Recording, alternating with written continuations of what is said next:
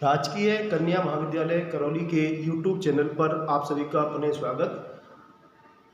BA तृतीय वर्ष राजनीति विज्ञान विषय का जो सेकंड पेपर है अंतर्राष्ट्रीय संबंध 1945 से, इसके अंतर्गत आज हम जो टॉपिक पढ़ने जा रहे हैं, द्वितीय विश्व युद्ध के उपरांत अंतर्राष्ट्रीय जो प्रवृत्तियां थी वो क्या प्रमुख थी। 1945 में जब द्वितीय विश्व युद्ध खत्म हुआ तो अंतर्राष्ट्रीय संबंधों में एक बड़ा महत्वपूर्ण परिवर्तन आया और उसने अंतर्राष्ट्रीय संबंधों को बड़ी व्यापक रूप से प्रभावित किया। और किस प्रकार प्रभावित किया, कौन कौन से परिवर्तन हमें देखने को मिले, उनकी बात आज हम करने जा रहे हैं। हम अंतर्राष्ट्रीय संबंधों का जो अध्ययन कर रहे हैं वो 1945 से क्यों कर रहे हैं, क्योंकि 1945 के पश्चात अंतर्राष्ट्रीय विश्व व्यवस्था जो थी, वर्ल्ड ऑर्डर जो था, उस वर्ल्ड ऑर्डर में कई ऐसे निर्णायक परिवर्तन आए जिन्होंने आने वाले वर्षों में, आने वाले 50 वर्षों तक अंतर्राष्ट्रीय व्यवस्था को पूरी तरह से परिवर्तित कर दिया। तो वो कौन कौन से परिवर्तन थे, इन परिवर्तनों की आज हम बात करने जा रहे हैं। तो प्रमुख प्रवृत्तियां दिखाई देती हैं द्वितीय विश्व युद्ध की बात हमें। तो एक तो पहली प्रवृत्ति हम बात कर रहे हैं, यूरोपीय प्रभुत्व का अंत हो गया। द्वितीय विश्व युद्ध से पहले, द्वितीय विश्व युद्ध का काल था 1939 से 1945 तक, 1945 तक। तो द्वितीय विश्व युद्ध से पहले हम देखें, विश्व व्यवस्था में यूरोपीय शक्तियों का प्रभुत्व था। यूरोप की जो शक्तियां थी, चाहे ब्रिटेन की बात करें, फ्रांस की बात करें, इटली, जर्मनी की बात करें, तो ये बड़ी शक्तियां हुआ करती थी और इन्हीं के निर्णयों के अनुसार पूरी विश्व व्यवस्था का संचालन हुआ करता था। इनके साम्राज्य दूर दूर तक फैले हुए थे, बड़ी संख्या में उपनिवेश थे। तो विश्व व्यवस्था इन यूरोपीय शक्तियों के अधीन थी, परंतु द्वितीय विश्व युद्ध के दौरान इन यूरोपीय शक्तियों को बड़ा नुकसान उठाना पड़ा। इनकी आर्थिक व्यवस्था, इनकी सैनिक शासन, इनकी सैनिक व्यवस्था काफी बड़ा नुकसान पहुंचा। अब ये महाशक्ति के रूप में अपना दर्जा नहीं रख सकी। तो इस प्रकार द्वितीय विश्व युद्ध के पश्चात यूरोपीय शक्तियां अपने आप को कमजोर रूप में सामने आई। दूसरा है परमाणु युग का उदय। परमाणु युग का सूत्रपात 1945 में, अगस्त 1945 में सबसे पहले अमेरिका द्वारा, हिरोशिमा जापान का एक शहर है, इस पर परमाणु बम का प्रयोग किया गया और इस परमाणु बम का इतना व्यापक विनाश देखा गया। और यह शक्ति पहली बार किसके पास, यूएसए के पास। तो तत्पश्चात दूसरी महाशक्तियों ने भी इस बात के पुरजोर प्रयास शुरू कर दिए कि हमारे पास भी क्या होना चाहिए, परमाणु बम होना चाहिए, परमाणु वस्तु होने चाहिए। तो ये प्रवृत्ति दिनों दिन बढ़ती चली गई और हम देखें कि अधिकांश महाशक्तियों ने अपने आप को परमाणु नाभिकीय हथियारों से सुसज्जित कर लिया, बड़ी दूर जाने वाली मिसाइलों से तैयार कर लिया। तो अब अतिमारकता का युग पैदा हो गया, जो कुछ ही समय में लंबी दूरी तक अपनी मारक क्षमता दिखा सकते हैं। ऐसे शस्त्रास्त्र, ऐसे हथियार सभी देशों द्वारा विकसित कर लिए। तो युद्ध की प्रवृत्तियां, युद्ध का स्वरूप जो था वो पूरी तरह से चेंज हो चुका था। तीसरी प्रवृत्ति हमें दिखाई देती है, एशिया एवं अफ्रीका का जागरण। द्वितीय विश्व युद्ध से पहले एशिया, अफ्रीका और लैटिन अमेरिका के जो देश थे वह बेसिकली यूरोपीय देशों के उपनिवेश थे और इन देशों में अपनी स्वतंत्रता प्राप्ति के लिए आंदोलन चल रहे थे। जैसे हम भारत की बात करें तो भारत में भी स्वतंत्रता प्राप्ति के लिए ब्रिटेन के विरुद्ध क्या चल रहा था, संघर्ष चल रहा था। और द्वितीय विश्व युद्ध के बाद इन तृतीय विश्व के देशों को, अफ्रीका, एशिया और लैटिन अमेरिका के देशों को, इनमें ये भावना जागृत हुई कि हमें अपने निर्णय स्वयं लेने चाहिए। वैश्विक मामलों में अपनी स्वतंत्र भूमिका, स्वतंत्र निर्णय लेने की प्रवृत्ति इनमें बड़ी उत्साहित रूप में हमें देखने को मिलती है। तो इन देशों में एक जागरण की भावना फैली और विश्व व्यवस्था में कई सारे नए संप्रभु देशों का प्रादुर्भाव हुआ। कई सारे नए स्वतंत्रता प्राप्त देश विश्व के मानचित्र में हमें देखने को मिले। तो ये एक बहुत बड़ा महत्वपूर्ण परिवर्तन है जो द्वितीय विश्व युद्ध के बाद हमें देखने को मिलता है। इसके अलावा हम देखें साम्यवाद का विस्तार। साम्यवाद द्वितीय विश्व युद्ध से पहले सोवियत रूस में साम्यवादी शासन प्रणाली सबसे पहले हुई और द्वितीय विश्व युद्ध के बाद साम्यवादी सोवियत रूस ने इस साम्यवाद का विस्तार करने के लिए अपने कार्यक्रम, योजनाओं पर शुरू कर दिया काम करना। और पूर्वी यूरोप के देशों में जहां सोवियत रूस मजबूत स्थिति में था, तो हम देखें कि यहाँ पूर्वी यूरोप के देशों में भी सोवियत रूस के माध्यम से इसकी स्थापना हो गई, साम्यवादी शासन प्रणालियों की स्थापना हो गई। और दुनिया के दूसरे चीन में भी हम देखें साम्यवादी सरकार स्थापित हो गई। तो अब विचारधारा के आधार पर शासन प्रणाली विभिन्न दुनिया के विभिन्न देशों में, कौन सी शासन प्रणाली, साम्यवादी आधारित सरकारें स्थापित हुई। तो अब दुनिया स्पष्ट रूप से दो भागों में बट गई और वो बांटने का आधार जो था वो थी विचारधारा। एक तरफ तो पूंजीवादी उदारवादी लोकतांत्रिक विचारधारा और दूसरी अपन देखें कौन सी, साम्यवादी विचारधारा। तो ये साम्यवाद का दिनों दिन विस्तार होता जा रहा था। साम्यवाद के इस विस्तार को रोकने के लिए पश्चिमी पूंजीवादी देशों ने अपने आप को कि संभावित साम्यवादी आक्रमण से बचने के लिए हमें सामूहिक प्रयास के माध्यम से क्या निर्माण करना चाहिए, सैनिक गुटों का निर्माण करना चाहिए। तो सामूहिक रूप से इन पश्चिमी पूंजीवादी देशों ने अपने सैनिक संगठनों का निर्माण किया और इस क्रम में सबसे पहले हम देखें 1949 में अमेरिका के नेतृत्व में इसका निर्माण किया गया। NATO, north Atlantic treaty organisation, उत्तरी अटलांटिक संधि संगठन 1949 में ये पूंजीवादी देशों का सैनिक संगठन है। सेंटो, सीटो, वार्सा पैक्ट, ये साम्यवादी सोवियत रूस द्वारा साम्यवादी देशों के लिए सैनिक संगठन बनाए गए। तो ये सैनिक गुटबंदी की प्रवृत्ति जो है वह हमें कब दिखाई देती है, द्वितीय विश्व युद्ध के उपरांत दिखाई देती है। और द्वितीय विश्व युद्ध के पश्चात अंतरराष्ट्रीय संबंधों में एक बहुत बड़ी घटना जो है वो कौन सी है साहब, कोल्ड वॉर, शीत युद्ध।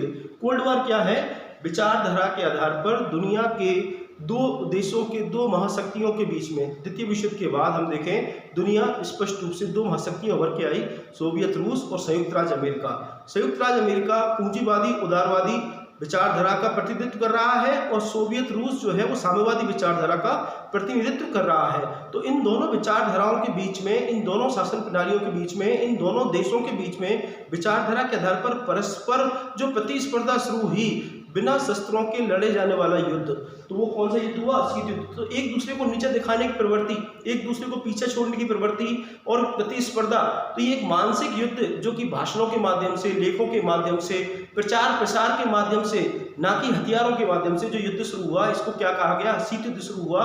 और 1950 से 1989 तक 1989 तक हम देखें इस शीत युद्ध ने अंतरराष्ट्रीय संबंधों को पूरी तरह से प्रभावित कर दिया और दुनिया को स्पष्ट रूप से दो भागों में बांट दिया। इसी के साथ साथ हमें दिखाई देता है कि जिन तृतीय विश्व के देशों ने नई नई स्वतंत्रता प्राप्त की थी, वो ये चाहते थे कि हम इन गुटों की राजनीति में नहीं पड़े और हम वैदेशिक मामलों में अपनी स्वतंत्र निर्णय लेने की इच्छा वो रखते थे। और इन देशों ने अपना एक अलग रास्ता चुना, अलग विकल्प चुना और जिसे उनके द्वारा नाम दिया गया गुटनिरपेक्षता, नॉन अलाइजमेंट। भारत जैसे देशों ने हम देखें इस गुटनिरपेक्षता का नेतृत्व किया और आज गुटनिरपेक्ष आंदोलन आज भी बना हुआ है और 120 से ज्यादा देश इस गुटनिरपेक्षता के माध्यम से तृतीय विश्व के देशों के हितों को समय समय पर उठाते हैं। एक मंच, प्लेटफॉर्म गुटनिरपेक्षता के माध्यम से उन देशों को मिला हुआ है। तो द्वितीय विश्व युद्ध के बाद जिस तरह शीत युद्ध का विकास हुआ, उसी के समानांतर कौन सी प्रवृत्ति हमें देखने को मिलती है, गुटनिरपेक्षता की प्रवृत्ति देखने को मिलती है। द्वितीय विश्व युद्ध के पश्चात साम्राज्यवाद खत्म हो गया। जो साम्राज्यवादी शक्तियां थी यूरोपीय देशों में, उन साम्राज्यवादी शक्तियों के अधीन जो उपनिवेश थे उन्होंने अपनी स्वतंत्रता की घोषणा करना शुरू कर दिया और इस तरह उपनिवेशवाद और साम्राज्यवाद समाप्त हो गया। परंतु उपनिवेशवाद समाप्त होने के साथ ही हम देखें कि इन परंपरागत पश्चिमी साम्राज्यवादी शक्तियों ने इन नव स्वतंत्रता प्राप्त देशों के आर्थिक नियंत्रण अपने हाथों में रखा, क्योंकि इनके पास तकनीकी है, इनके पास संसाधन है और इनके पास बड़ी मात्रा में पूंजी है। तो इस तकनीकी पूंजी के माध्यम से ये साम्राज्यवादी शक्तियां जो उपनिवेशवाद का शिकार गरीब शोषित जो देश थे उनके ऊपर उन्होंने अप्रत्यक्ष तौर पर अपना नियंत्रण बनाए रखा। तो नव उपनिवेशवाद की प्रवृत्ति भी हमें कब दिखाई देती है, द्वितीय विश्व युद्ध के पश्चात दिखाई देती है। महाशक्तियों की संख्या में कमी हो गई।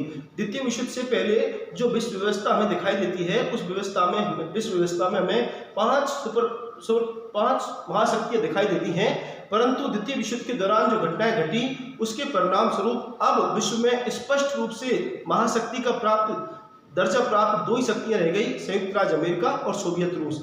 इन के अलावा बाकी जो शक्तियां थी वो द्वितीय विश्व युद्ध के दौरान बड़ी जीर्ण शीर्ण अवस्था में पहुंच गई। अब वो महाशक्ति के रूप में अपने आप को नहीं रख पाई। तो हम देखें कि अब बहुध्रुवीय विश्व से जो विश्व बन गया वो कैसा विश्व बन गया, द्विध्रुवीय विश्व बन गया। तो महाशक्ति और दो ध्रुव कौन से बन गए, एक तरफ तो यूएसए और दूसरी तरफ कौन सा, यूएसएसआर, सोवियत रूस और संयुक्त राज्य अमेरिका। तो अब ये द्विध्रुवीय द्वितीय विश्व युद्ध के इसी के साथ साथ हम देखें कि अब द्विध्रुवीयता से बहुकेंद्रवाद, बाइपोलर वर्ल्ड से मल्टीसेंट्रिक वर्ल्ड की ओर हम आगे बढ़े। बहुकेंद्रवाद अर्थात ऐसी प्रवृत्ति जिसमें विश्व व्यवस्था में शक्ति के नए नए केंद्र उभर रहे थे। जैसे एशिया महाद्वीप में हम देखें भारत और चीन जैसे देश, जापान जैसे देश, या हम यूरोप में देखें जर्मनी ने भी अपने आप को पुनः किया, या कुछ ऐसे देश हैं जिन्होंने तेल संसाधनों के ऊपर उनका अच्छा कमांड था, तो उन्होंने भी अपने आप को संगठित करके शक्ति के केंद्र के रूप में उभारा। तो इस तरह से नए नए केंद्र उभर के सामने आ रहे थे। तो द्विध्रुवीवाद से बहुकेंद्रवाद की प्रवृत्ति भी हमें दिखाई देती है। और तृतीय विश्व के बढ़ता हुआ कदम, बढ़ता हुआ आकार, बढ़ता हुआ महत्व। तृतीय विश्व के देश से हमारा तात्पर्य है कि एशिया, अफ्रीका और लैटिन अमेरिका महाद्वीप के नव स्वतंत्रता प्राप्त देश, जिन्हें संयुक्त रूप से थर्ड वर्ल्ड कंट्रीज कहा जाता है, तृतीय विश्व के देश कहा जाता है। तो इन देशों ने अपने आप को विभिन्न मंचों पर संगठित और निर्णय लेने के लिए एक समान, उन्होंने अपनी लाइन तय की, अपना आधार तय किया। चाहे वो निरपेक्षता के माध्यम से देखें या संयुक्त राष्ट्र महासभा में हम देखें, तो इनकी संख्या दिनों दिन बढ़ती जा रही थी। अब महाशक्तियां अपने पक्ष में निर्णय कराने के लिए किसके समर्थन पर आधारित हो गई? तृतीय विश्व के देशों के समर्थन पर आधारित हो गई। तो इन तृतीय विश्व के देशों को अपने पक्ष में लाने के लिए इन महाशक्तियों द्वारा विभिन्न प्रकार के प्रलोभन दिए गए, विभिन्न प्रकार की आर्थिक सहायता, विभिन्न प्रकार के सैनिक हथियार आदि इन तृतीय विश्व के देशों को महाशक्तियों के द्वारा प्रदान किए गए। द्वितीय विश्व के बाद एक नवीन प्रवृत्ति हमें और दिखाई देती है कि उत्तर और दक्षिण के बीच संघर्ष। अगर हम देखें दुनिया में, दुनिया के मानचित्र में, तो हमें दो गोलार्ध दिखाई देते हैं। भूमध्य रेखा से ऊपर जो है वो उत्तरी गोलार्ध और नीचे की तरफ हम देखें दक्षिणी गोलार्ध। उत्तरी गोलार्ध में जो देश दिखाई देते हैं वो औद्योगिकृत ज्यादा है, उनका उद्योगों के ऊपर नियंत्रण है, उनके पास तकनीकी है, उनके पास पूंजी है, उनके पास अच्छा मानव संसाधन है। और जबकि दक्षिणी ध्रुव के जो देश है वो अपेक्षाकृत कमजोर स्थिति में है, वो लंबे समय तक उपनिवेशवाद का शिकार रहे, वहाँ गरीबी है, बेरोजगारी है। तो ये कई समस्याएं हमें इन दक्षिणी देशों में हमें देखने को मिलती हैं। तो ये जो गैप है उत्तर और दक्षिण का, ये गैप द्वितीय विश्व युद्ध के बाद और भी बढ़ता गया। तो और उत्तर के देशों से ये अपेक्षा की जाने लगी, किसके द्वारा? दक्षिणी गोलार्ध के देशों द्वारा, कि हमें आर्थिक सहायता, संसाधन प्रदान, तकनीकी प्रदान की जानी चाहिए, जिससे कि हम अपना विकास कर सकें। संयुक्त राष्ट्र संघ 1945, 24 अक्टूबर 1945 को एक वैश्विक संस्था का निर्माण किया गया, वो थी संयुक्त राष्ट्र संघ, यूएनओ। तो इस यूएनओ की जो स्थापना जब की गई, तो इसकी स्थापना के समय इसमें सदस्य देश थे 51, और आज हम देखें कि इसमें 193 देश इसके सदस्य हैं। तो जैसे जैसे तृतीय विश्व के नए नए देशों को स्वतंत्रता प्राप्त होती गई, वैसे वैसे किसका आकार बढ़ता गया? यूएनओ का आकार बढ़ता गया। और आज भी यूएनओ अपना प्रासंगिकता बनाए हुए है। इसकी सुरक्षा परिषद के माध्यम से विभिन्न वैश्विक समस्याओं के ऊपर निर्णय लिए जाते हैं, उनके समाधान के प्रयास किए जाते हैं, उनमें बहस की जाती है, परंतु अभी भी इसमें और सुधार किया जाना बाकी है। तो द्वितीय विश्व युद्ध के बाद की प्रमुख प्रवृत्तियां हमें दिखाई देती हैं। और आप इस YouTube चैनल को डॉक्टर रितेश जैन के नाम से जो है उसको लाल बटन दबा करके सब्सक्राइब जरूर कर लें। धन्यवाद।